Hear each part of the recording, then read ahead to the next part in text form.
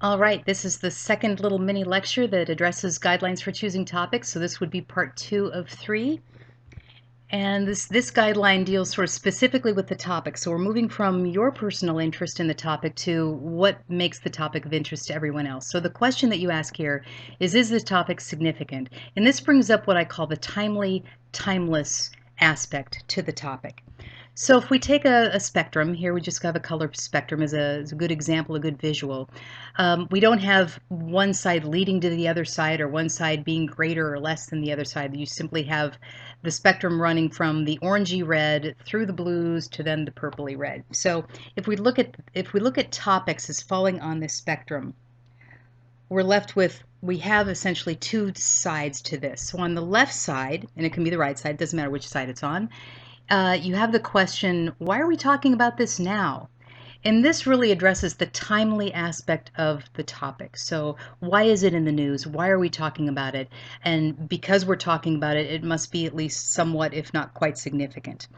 On the other side of the spectrum, then, is the question, why would we always talk about this? So both of these deal with significance just in very different ways. So the timeless side refers to a particular incident may not be discussed anymore, but it falls under a larger category of topics that we would find always compelling and interesting. A really good example of this would be why we can always talk about the weather to strangers. I mean, if you don't know somebody, but you feel like you need to say something, you can always complain about the weather. We can always talk about the weather because it's simultaneously timely, like the heat wave that we have now, and timeless because we've always had heat waves and we always have, cold fronts, and things always change and people get uncomfortable.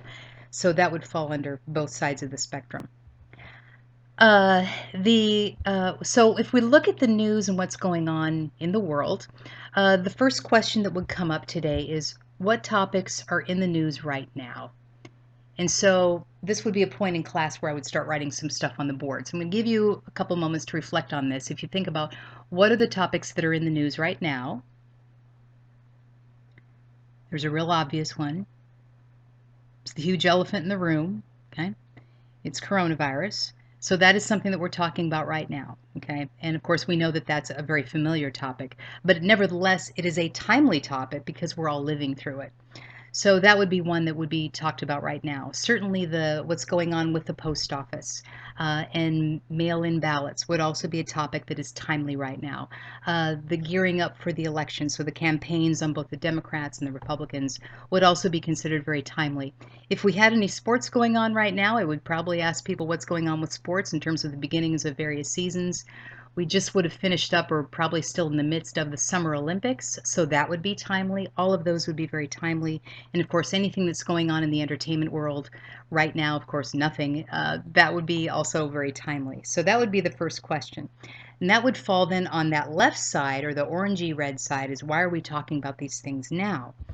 We go now to the other side of the topic, which is the timeless side, and the question then would be what topics of the ones that I've talked about will still be in the news 1 year from now. Okay? All right, if we start with coronavirus, most likely that's still going to be in the news, not going away anytime soon, no matter how much we all wish it would.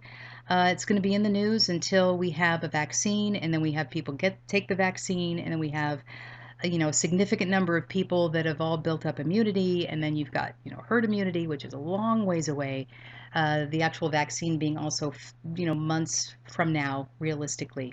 So the coronavirus would be both timely and timeless in terms of a topic. There's no way a person can say this isn't a good topic. It is. It's just very familiar. So finding an angle in that topic is going to be really key. But if we look at the other issues that I brought up, the Postal Service, okay? We're probably not going to be talking about that a year from now. Doesn't mean that it's not significant. It just means it falls under a larger category of history of, challenges that the Postal Service has faced or challenges that, other entities have faced. If we look at the election, a year from now, we're not going to be talking about it. It will all be over.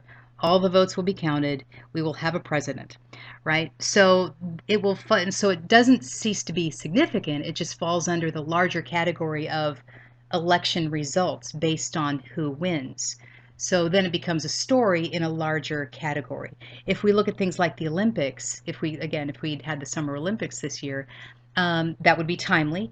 But then after the Olympics, nobody would really talk about it in that specific a sense. But it would be certainly a story in a larger category of Olympics. So was this Olympics somehow new and different? Did something happen that kind of set it apart from other Olympics? Like, was there some kind of terrorist activity, like when we had in 1972 in Munich, or in the example of the 1968 Olympics when you had some African American athletes that held up the Black Power symbol, a very famous photograph, and that caused a stir. So, is there something going on in the world where maybe athletes take a knee, for example, that would then put it in that category of this is where history or the world or social injustice enters into sports, or if nothing happens, then it's business as usual, and then we talk about it from that vantage point.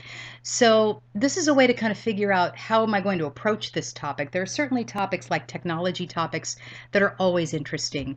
If a person wanted to talk about, for example, 3D printing, you now have the capability in 3D printing to talk about, to address duplicating various organs in the body. So it used to be just major arteries, but now they're starting to, get to a point where things like hearts can be 3D printed, and we'll get to a point where livers can be 3D printed and lungs can be 3D printed. Of course, the lungs are extraordinarily difficult to 3D print, but the idea being that it's timely because it's new technology, but it's timeless because we're always trying to figure out how to live longer and how to be healthier.